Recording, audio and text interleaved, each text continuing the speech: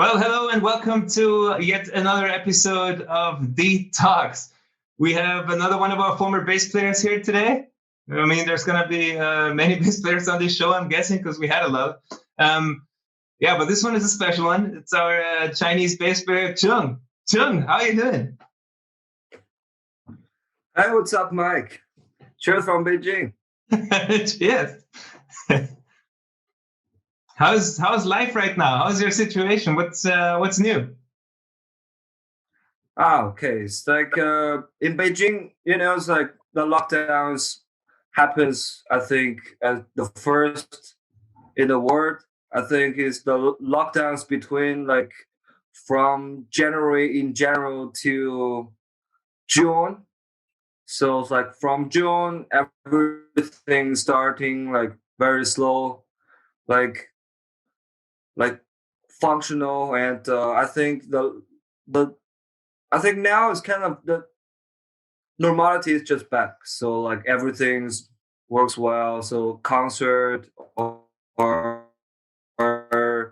transfer, like, so there's no more lockdowns, and everything is working well now, except the border is closed. So personally, I'm in like a lockdown because it's like I've never been only in China, I think, for like maybe in the last 16 years.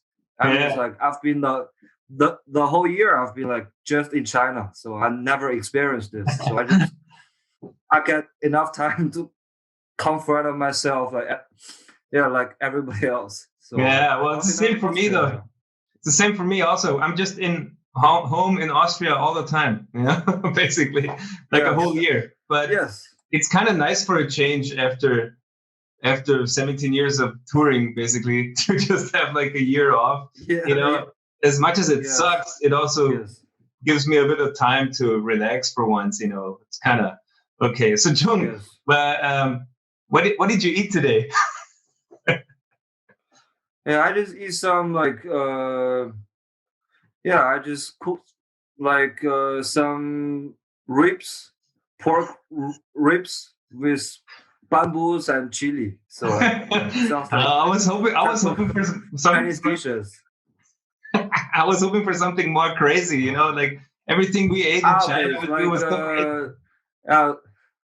It's like chicken needs or snakes or rats or bats or something. And it was always funny. We can have them. What? Yeah, I hope I hope we can still eat bats after Corona outbreak. So how many bats did you eat in your lifetime so far? Let me count. I don't know. Too many. Before I went to Austria. I remember back when you were still living in Austria, and we were all at Matthias' place, and we were ordering food. Yes. And we asked you, "Hey, Zhong, you also want something to eat?" And you were like, "No, I just had frogs." You just ate frogs, and we were all like, "What?" Like, it's a Chinese thing or a French thing. I think it's French thing. It's because like I remember it's like on that day I went to Nashmark and I bought some French made frog. So I just give it a try. So I think it's nice. Yeah, totally. Hey, so how's the family doing? Is your family okay? How's your grandma? She's doing well. So she's really good.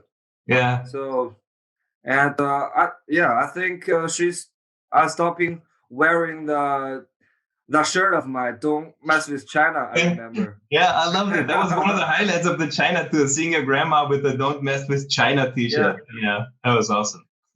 Yes. Yeah. She's living with my family now. It's like in my parents' house. Yeah, where we stayed, right? Since this year. Yes. Nice. So Zhong, you're still playing in the Sino Hearts, of course, and you just had a new fantastic record out. I really love the new record. MANDARIN. It's really nice. Thank you very much. Yeah. So how did this come about now? I mean, you recorded everything like last year, right? In 2019 still? And then guide me through it. Like how did this all happen? It's been a crazy year to put music out, and getting like a full record going out of China. Like how did this all happen? Yeah, I think it's all start. I think 2 years ago I was planning to do a new records because I prepare for like a better one. So it's like, and I think at that time you invited us to play at your festival in Austria.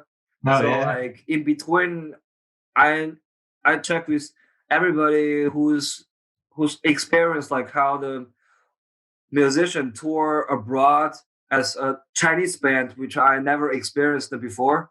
So it's like I just checked with everybody, and they just told me it's very easy. So just applied, and with our invitation from you guys, I remember the invitation was like false spelled. I mean, in German. I remember it was like a couple syllables are wrong. I was like, oh my god. Hey, the arena did it. That was the arena did this for us. Yes. It's not our fault. Yes. Yeah. I was like, okay, that's Austria. That's it's very, but it's and then like I did like pretty much primary recording in Beijing here. Yeah. So like some of the drum tracks. And then I left everything to my Austrian session. So like during the European tour last year, and we have like a whole week only for Graz. Yeah, you recorded with Tom Sanska, right? Australia studio. Yeah, with Tom. Yes. Yeah, it was very nice. Yeah. Yeah, great guy. Yeah, we actually the first demo that we did, the Cretans demo, that we actually recorded with him also back in 2004. Yes. He told me. He told me about everything. So yeah, that's good. Yeah, great guy. Love him. Yeah. So you put the record out, but you don't have the records yet. Is that true? Yeah. That's the unfortunately yes, it happens. It's because like it's been out nearly like 3 months, and every time if I just pick up my overseas releases, I have to fly to Hong Kong or to other places out of China, is because here is still a pure communist country. So like all the Western media products will be automatically distinguished if they ship to me. So like every time I just ask my friends like in Hong Kong or this time in Macau to help me to get my own records. So it's kind of like crazy thing. But the problem is since last year there was like a demonstration going on in Hong Kong which against communists. So the border now is closed between China and Hong Kong. So but Macau's government somehow is like communist mind like government. So like they're pretty close. So the border is open. So like I have to like fly there to get my records. So it's a crazy thing. You gonna fly down there to get them? Yes. I think I mean it's our German label Topsy Turvy Records. They already like shipped the records to Macau, I think last week. I think it took maybe 2 months to get there or 1 month. I don't know. Yeah, well, the record came out in September, right? This time. I mean, it's crazy. Yeah. I mean, it's kind of like everybody's having our records except me. It's crazy. Yeah, that sucks. I don't have the record either yet, still, so I can't show it to you. I think that Matt plays. Yeah, I think. Yeah, Matt's got it. Right. I'm gonna be at his place tomorrow, so I can go get it. We were in lockdown also, so I couldn't really. Lockdown just ended this week, so now I can go over and grab the records. I haven't seen him in forever, so. Yeah, I think it's yeah. typical story this year. So yeah. So you moved back to China, when like after you left Vienna again, and so why did you continue playing with Sino Hearts like in a Chinese? Because you started the band in Vienna, right? You started the band in Vienna with Austrian guys, and then you had to move back, and you moved back, and then you continued the band. Why didn't you just start a new project? Like why did you stay with the Sino Hearts just with with this lineup, with a new lineup? It's because I got really I mean it's a pity. It's because like we never made out in Austria internationally. So it's like, but I still have a lot of really good songs for this project. That's the reason why like I refound this band and this Chinese lineup, which I never play in a band with pure Chinese people in my life. So it's like it was really kind of like I have to train them every details like step by steps, and it was pretty unique experience. So but somehow we made it. So I mean it's like I like the new lineup. I have to say, I really like it. It's a great Chinese musicians actually. Okay, great band. When you were playing at our festival last year, it was great. You know. Yeah, thank you. It's because I trained them about like 2 months only for this European tours, because the record was another lineup. So it's like they're kind of like I have two kind of lineups, one for inland, one for international. So they are my international lineups. So so it's kind of like punk rock dictator. So just you know, it's like because my problem is the most of the Chinese musicians, they are really afraid of going abroad. You know, just I really don't really have to do the psychological construction for them. So I just pick up the guys who's willing to come out and see the world, what is going on. So that's the reason why, you know, I like during every international tour, I have a kind of another lineup. So like last year in South Korea too, and Japan tour as well. So it's crazy. Yeah. I see, but that's interesting. I didn't know that. I'm sorry. I don't want it either. But I think, you know, like since I've been in Austria for quite a long time. So like since I moved back, I feel like, well, there's something just not really right. So it's not only cultural shock. It's also like a lot of things. The mind thinking is also different. So I know like much European than or native friends. So like it's kind of very different. So like especially this year, you know, like everything cut, like every network like has been cut off, and it's the first time I feel like wow, but I'm still like my old me. So it's I think still like nothing changed. I still couldn't be a pure communist or whatever. So just it's pretty strange, but I think I did the right thing. So yeah. Mm-hmm. Well, so you never had any bands before moving to Europe. You didn't have any bands in China.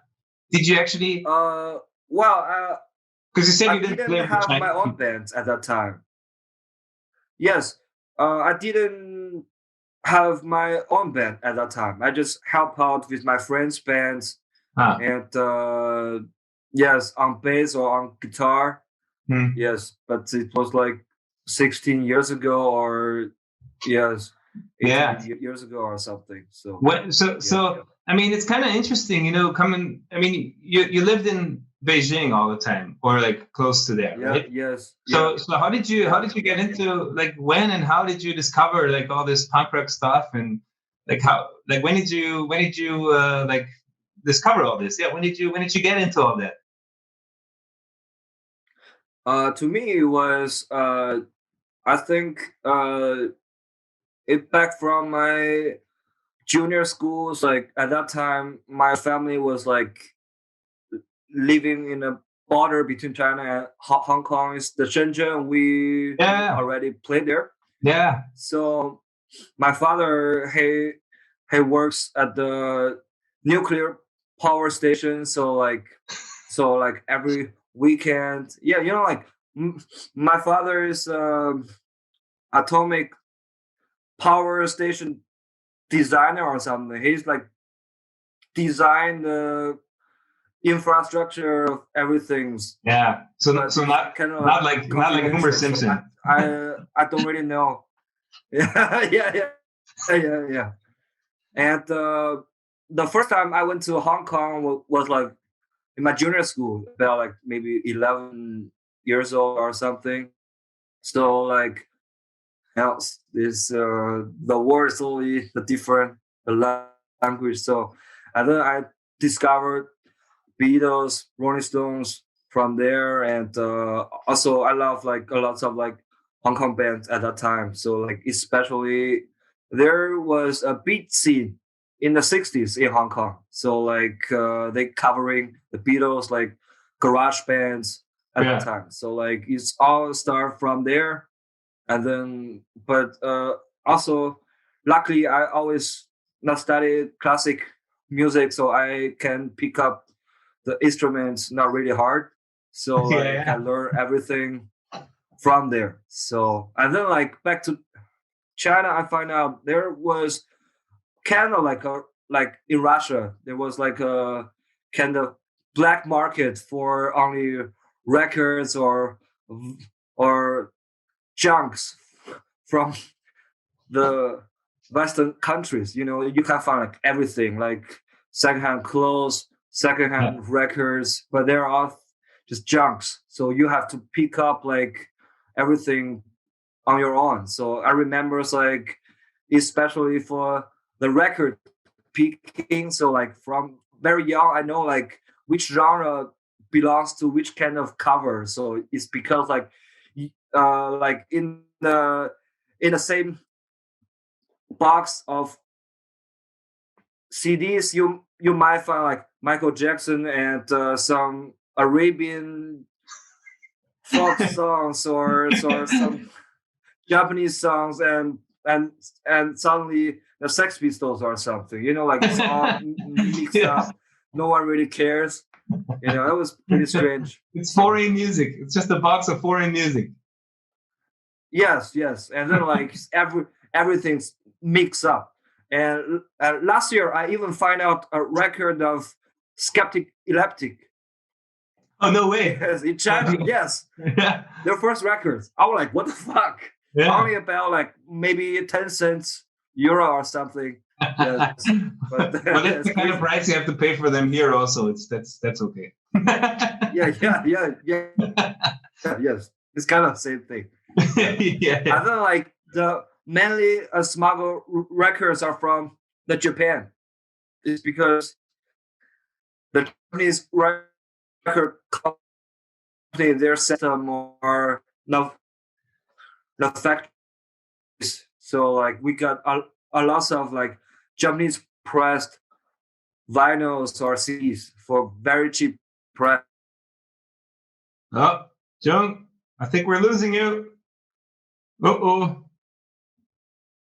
No. Are you back? We're back again. All right. So, yes. Yeah, where were we? I don't remember. We're in a smuggle records theme. So yeah, we're talking about. So that's how you got into all this. Yeah. But I remember when we met the first couple of times in Vienna in Europe, and stuff. Like we always have seen each other on shows. Mostly all the punk rock shows that were going on. And you were very into this whole like street punk thing. I remember you were like a huge Cash Monkeys fan and stuff like that. And but I saw you around at all those shows. Yes.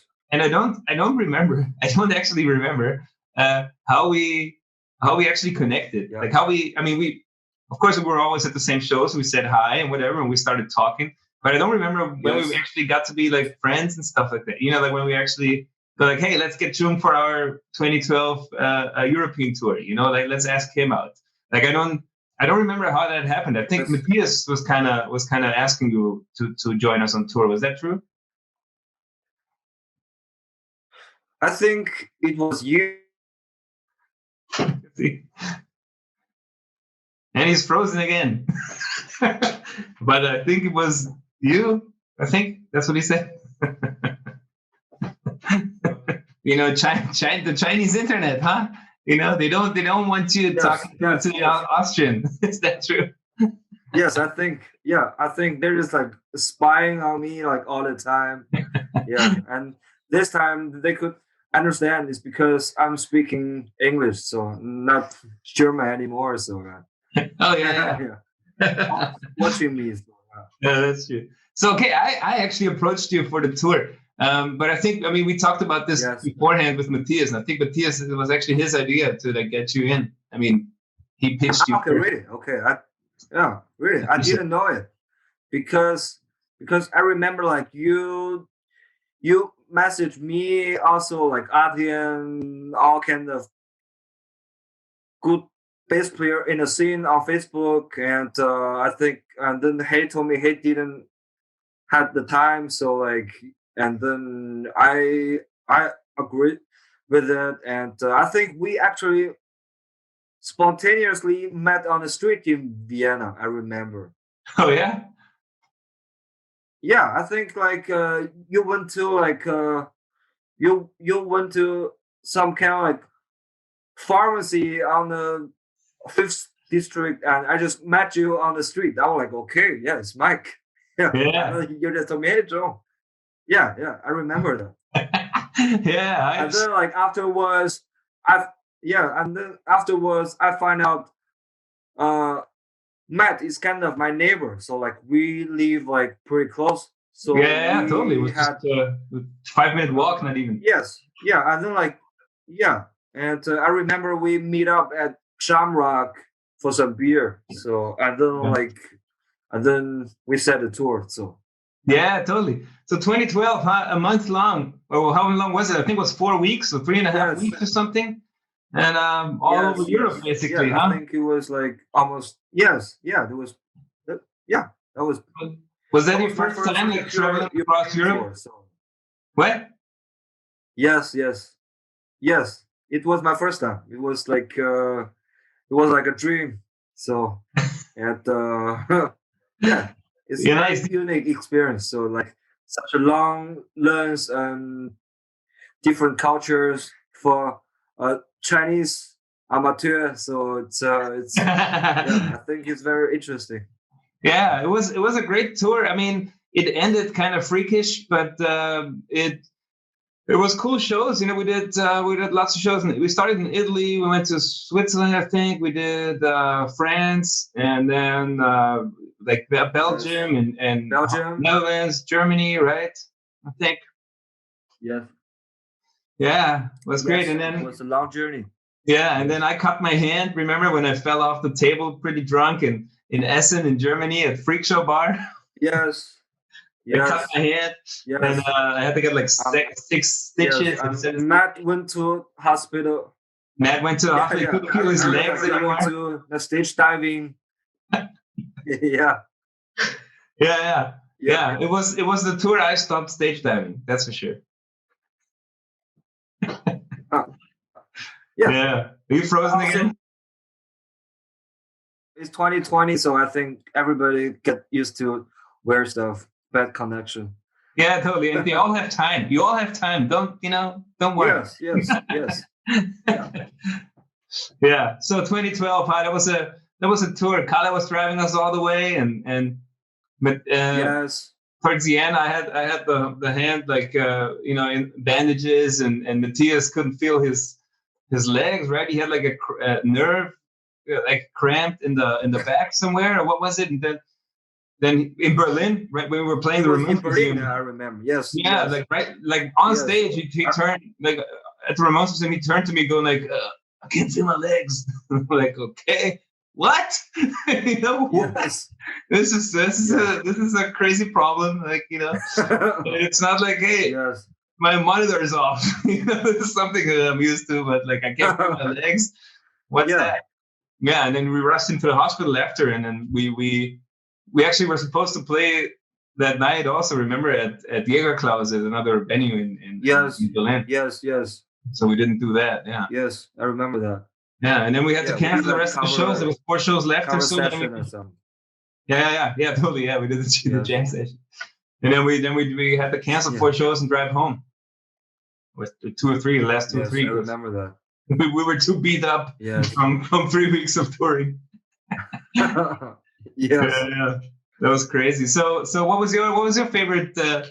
What was your experience? How was that experience for you? What was your favorite moments? What was your? How did you enjoy all this? Well, I loved the shows in Italy. All went really good, and the food was good, and the people are also very nice, like a remote country or something. It's like, but I remember in Germany, I mean, they're not really into. You're sounding like a robot. This kind of like softy. Yeah. It's better now. It's better now. Yeah. So, but what about Germany? You say? I remember the German shows were not really nice. Yeah, Germany. Kind of like they're expecting us really tough songs, but we have like more like melodic punk rock for them. Yeah. I remember like we play at the Osnabrück and at the Squad, and all the hardcore punk guys, they came at the shows and they're just staring us and holding their beer or something. Yeah, well, Germany got way warmer towards us now. Moment. Sorry. Yes. Yeah. Yeah, but Germany's better now for us. And, we're talking at the same time because there's the delay all the time. Yes. This is an interesting one. Yeah.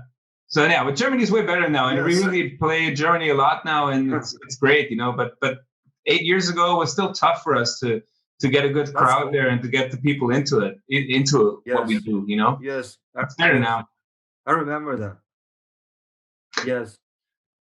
Yeah. So do you remember drinking all that rum? Like my best moment. Yes. I remember it's like we drink some rum and what do you mean we? You drank the rum. Broken mohawk. Only me? Okay. You were drinking the rum, and I remember because you were so drunk, you were like kicking like tables and benches over on the way to the, at this little festival they played in Piacenza on the way to the van. I didn't remember that. Of course you didn't. I remember. I was there. And then we drove to this hostel that we were staying at, and really? Yeah, and like 100 meters before the hostel, you had to throw up, so we kind of stopped, and I jumped out of the van with you, and I was holding you towards the gutter, and you were just throwing up, and then I basically carried you over to the hostel, and Matthias and Kalle were already over there. Okay. Oh my God. I didn't remember nothing. I think just only I was like blackout after like 3 rums or something. And I remember on the next day, it's like all of you guys went to the tattoo shop. Oh yeah. And I couldn't move. I just stayed in the van and start puking on the parking lot. And then there was like old Italian grandma came to me like, "Hey, young man, do you need an ambulance?" I just told her like, "Okay, I'm not really. I don't like. I remember for the show at Piacenza, I also had my mohawk up, but on the next day, my mohawk was like broke down, and my glasses was broke down. I don't like. I was like a Asian face in Piacenza, and I'm puking on the parking lot. I don't like. I cannot find you guys, so like I just went to like supermarket to get some super glue, and but they don't understand my English, so I just have to like use my gesture language to show them what I wanted, and then it's like somehow they got me like my super glue. I don't like. I just walking down the street. I just coincidentally I found you guys at the tattoo shop. So I got my first tattoo after that moment. I remember. So that was totally. You got the huge ass tattoo. The first one, like after that night. Yeah. I still have it. Of course, you still have it. That's what tattoos are. Yeah. I still have it. Yes. And then like I've been hiding this tattoo for nearly 10 years till 2 years ago we made a Taiwan tour, and I was like, when I came back home I was like super tired, and my mom found out I have a tattoo on my arm, which I've been hiding for nearly 10 years. Like, but now she accepted. So yeah, it's okay now. So she didn't chop your arm off because you have a tattoo on there or something. Yeah, I'm a lucky guy. Yes. Yeah, you're a lucky guy. So, and back in after that tour or during that tour, you actually told us you're gonna get us to China one day. You gotta go get us to China to tour. That's what you said. And me and Matthias, we didn't believe you, of course. We were like, yeah, right. Get DeeCracks to China, you know. What are you saying? But you actually did. You actually did manage to get us to China. And so in 2015 we did a whole month in China. It was 22 shows you booked for us, I think, in like 24 days or something. So it was like 4 weeks. Yes. And I think we only played 18 out of those 22 shows. We're gonna get to that in a bit for sure. Yes. But yes. That was the craziest tour we've ever done. Crazy food, all those high-speed train rides, you know, like this, just being in China, you know. Not if we wouldn't have had you on this tour, we wouldn't even have like found out the way out of the airport. You know, I was just like, I don't know what all this is. You know? Yes. Crazy. Yes, I can imagine that. So it's super crazy. Yeah, for me, until now, it's still super crazy. So it's I think it's very different. I think the main problem is in China the definition of everything is slightly different than the rest of the world. That's what I realized since I came back. So it's kind of like pretty weird. Yeah, even today. So like it's kind of super weird. Yeah, it's a different world. I remember when we got there, when we played all those shows, it was really weird. We brought all this merchandise. We didn't even sell much of it, you know, because I don't know. It's just not a Chinese thing to buy merch. I guess, you know. And we always played these ridiculously big venues mostly, and there was only like 30 to 50 people showing up, and we played a room that fits like 500. And then they treated like they were treating it like going to the movies, you know, like going to the cinema, see a movie. Like they were coming like 10 minutes before we play, and then once we stopped playing, they finished their drinks and they left. Everyone was gone. We were like, okay. Yeah, that's different. I mean, now it's getting better, but at that time was still like starting.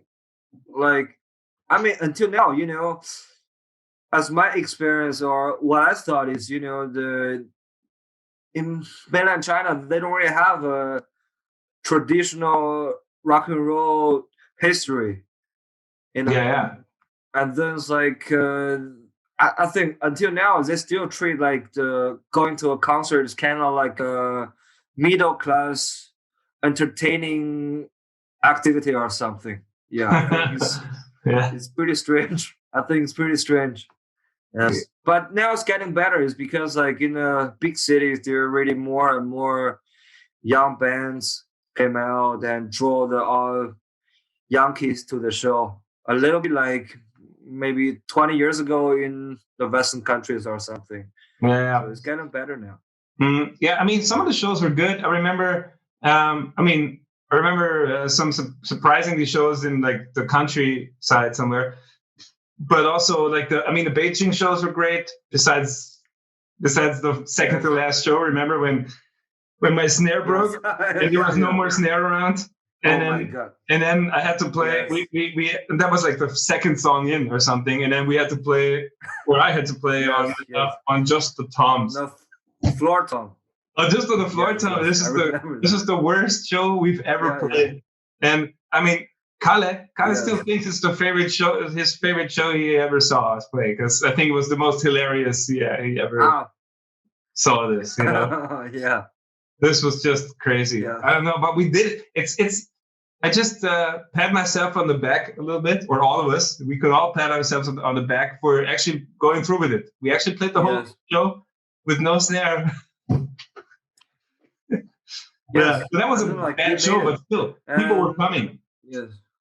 And people had a good time still, you know. I mean, they all saw that this was a problem. You know, that there was a problem. This is not what it should be. Yes. And I remember the Hong Kong show was great too. And one show I remember. I think it was. I wrote it down because I never remember all those city names. It was in Guangzhou. Okay. Yeah. Remember that? Yes. That was a great night. We got so drunk that night. Naked guy on the stage. Yeah, the naked guitar player. Yes. Yes, I remember that. Yeah, just a naked Chinese dude like jumping around. And after the show, there was the karaoke. Remember? Do you remember the karaoke after the show? Because Kalle was singing Blink-182. Yeah. Yes. and then Kalle singing is hilarious, you know. And then Matthias was doing like a duet, like a Chinese song. As a duet with somebody, there was just Chinese lyrics coming, and he was just like, you know, I was on the floor laughing. I couldn't, like, this is the most fun I had in this trip for sure. Yes, it was so much fun. And then we got so drunk, and then the hotel was just across the street that we stayed at. Yes, and we walked over to it, and I had the room with Matthias, and we were staying with Kalle in one room. And Matthias thought it's a good idea to shave at like 3 a.m. or whatever it was, like totally drunk, and he was just like, he had cuts all over his face, and I was in my underwear chasing a mosquito in the room, you know. It was just like somebody looked in there. This would have just been, you know, a crazy sight to see. I think at the same time I was eating frog in the market. I remember. Of course you were. Yeah. Yeah, it's because like you guys didn't want to eat after the show, after karaoke session, so like you went back, so I went to eat some frogs. So I remember, so in the market. Yeah, well, that I don't remember. That's great. So that's a show I totally remember, and a night I will remember forever. That was just crazy. And then of course all the Hong Kong shenanigans, you know. I mean, for the people out there watching, we started to tour in China. We did like 2 weeks in China, I think, and then we had like one show in Hong Kong, and then another week in China. I think that's what it was, right? That's what it's supposed to have been. Yes. And then so we walked over the border from Shenzhen to Hong Kong, and I remember going up to the counter, and then the lady was asking me, so you're flying home? And I'm like, no, we're just here for 2 days in Hong Kong, and then we go back to China. And she was like, have fun. I remember her saying, have fun, and handing me back my passport. And I was like, this was weird. Why did you say have fun? And I continued walking, and I looked into my passport, and the visa was gone. The visa was ripped out. The visa. Yes. and that's what everybody happened to all of us. Besides you, I think, because you're Chinese. But I mean, it happened to us, and then we couldn't go back in there. And then this was a Friday, and it was a holiday. It was the weekend, and then Monday was a holiday. Of all, like, how many holidays do you have in China? Probably like 2. Yeah, maybe like I don't know how many holidays in Hong Kong, but I think even less than China, probably. Okay. So and then we had to wait till Tuesday to get a new visa, and then we flew. So we flew to Shanghai to continue the tour, but we had to cancel 4 shows in between. Yes. Yeah, that was crazy. And then we got stuck in Hong Kong. We thought we were never gonna be able to leave this place now. Yes, I remember that after the show, there was like Italian friends told me like there was like somewhere we can buy some visa for coming back. I was like, oh my God, what is this? What is this? I mean, what is this? I remember your idea. Do you remember what you actually? I mean, I'm not sure if you were joking, but your idea was you can smuggle us back in on the back of a truck. That's what you wanted to organize. Remember, smuggle us into China from Hong Kong. I didn't remember that. That's what you said. I remember. We were like, "What? Are you crazy?" Really? Okay. We don't want to fuck with the Chinese. Yeah. Yeah. And then we got stranded in Hong Kong for 4 days. And remember when we were like, we can't post any pictures now online or something. We can't like tell people that we're having fun because and then we went to Disneyland. Yes, I remember. And we did all the pictures, and we all like looked sad on all the pictures. Yes. The happiest place on earth. And remember, we did the ride. One of those the Space Mountain ride. And I told you guys, hey, there's gonna be a picture on the way, so just don't smile. And I actually did it. I didn't smile. Look, I did not smile. You were all smiling. I still got it. That's great. I was having a blast looking like this all the time. Yeah. It was tough. I tried to pull through it. Yeah. I remember Matze busting his head open during the last song in Hong Kong and at that show. Yes, I remember. Yes. Just bleeding from his face all of a sudden. And yes, but I remember it's like after our last gig in Beijing, and then like we went back to the same hostel where we played or where we stayed after our first show. So like I don't like I heard Matt's conversation with Valentina. It's like but he didn't remember that he called her at that night. But I just heard like Valentina just asked him like, hey Matt, how was the tour? I know like Matt just told her, it's very tough. I know like Valentina just answered back like, hey, okay, I can't remember, I can't imagine it. I know like Matt just told her, no, you can't imagine it. Of course. It's been way too crazy. I'm still when I'm talking about this tour, I'm still all over the place with my thoughts and my memories because all this was just there was just so much stuff going on, like throughout the whole tour. It was 4 weeks and every day it was exciting, and the train rides, and all the security and like the cities. At the smallest, we played 18 different cities, and the smallest one was like 1.5 million. Yes. Is that correct? I always asked you. That was the most fun every day to ask you how big the next city is, and you were like, "Oh, it's not so big. It's just 4 million." And I'm like, "What? This is a big town." Yes. For your standards, it's not. Yes. It's to me. It's like every time when I play in Austria, I will check with their local population. I remember like. There was one time I played in somewhere around like Burgenland. I don't like. I just know like the whole population of that town was about like 2,000 people. It's even less people than my junior school. So it's yes, it's Austria. Yeah. Well, I mean, we have those kind of towns here, you know.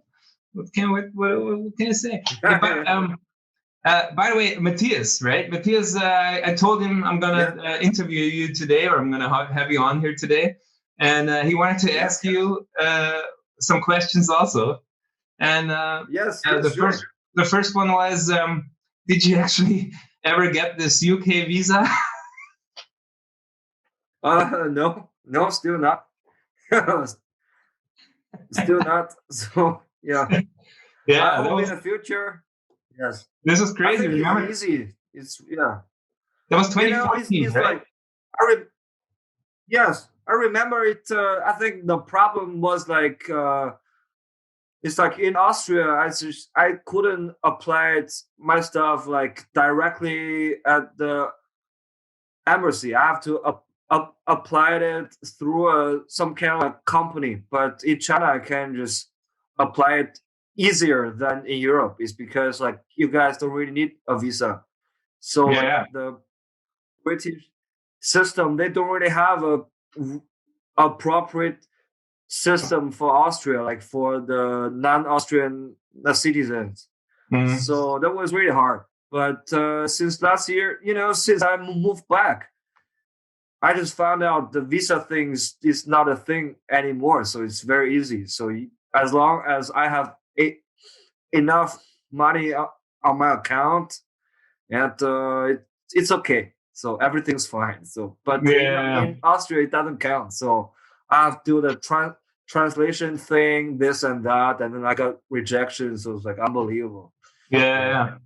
But I mean, just to tell the story. In 2014, we had a tour with Not Scientists in the UK, and Zhong was supposed to come with us to tour, and you didn't get the visa. What, like a week before the tour?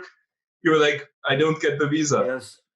And we were like, fuck, what are we going to do? And then Bjarke from 20 Below's, a friend of ours from Denmark, he said he's going to do it. But he had like 3 days to learn all the songs.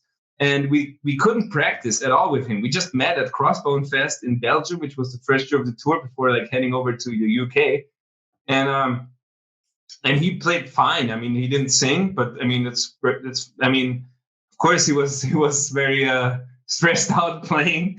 It was a lot to remember because we play 22 songs at least, right, per show.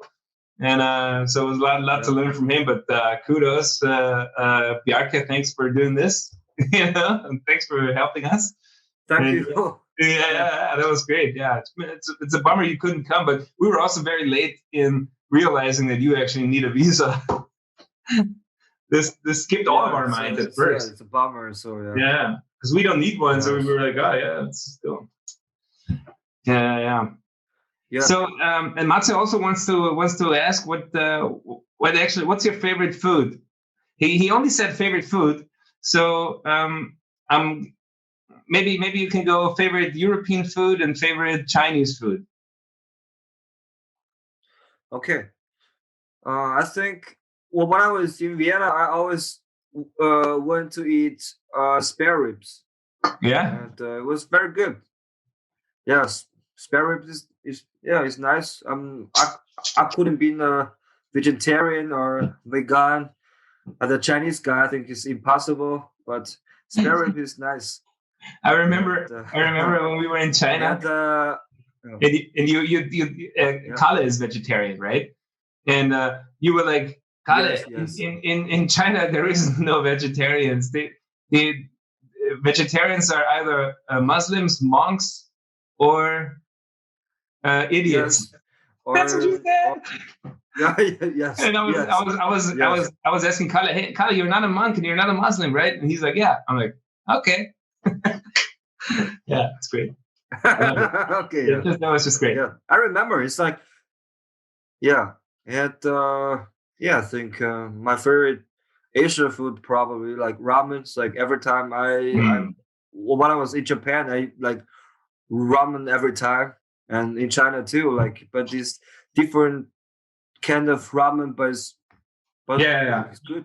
You know me. That's my dish also. That's my favorite food. You know, ramen and stuff. Yes.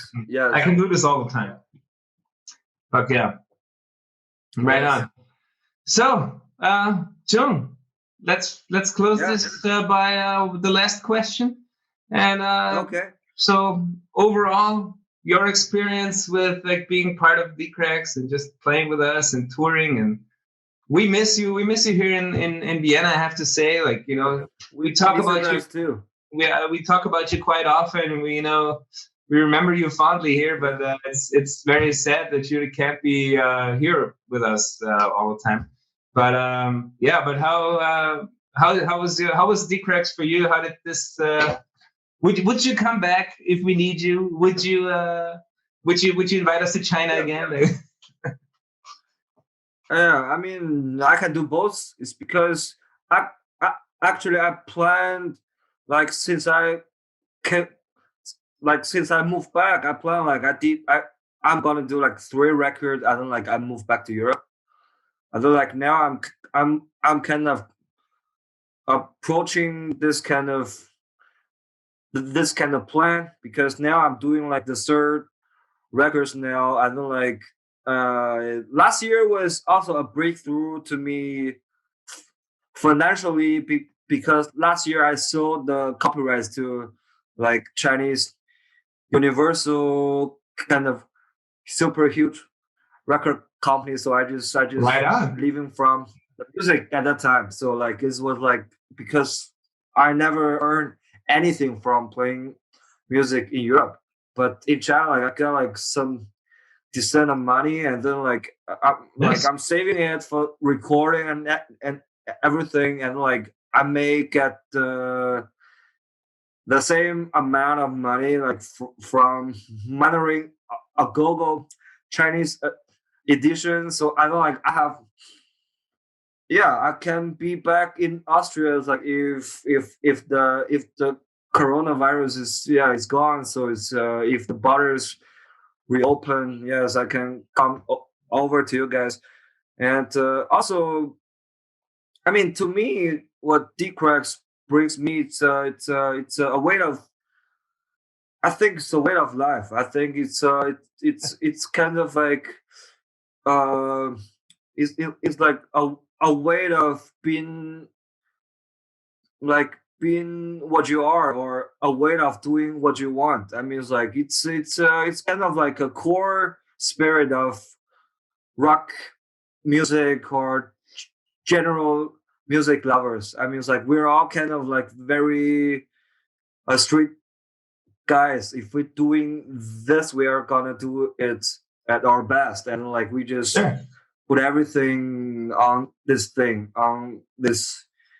Yes, I mean, it's I think it's, I mean, it's like, and somehow, like, I also, like, learn from you guys how to manage to do international touring with, like, visa problems or any kind of problems, and taking care of it. You know, it's like, since I came back, so, like, we tour, like, Taiwan, we tour Japan, we tour, like, South Korea, like, also last year in Europe. So I'm the one who do, like, all the jobs for our bandmates. So I'm just taking care of the visa issues and food issues and everything.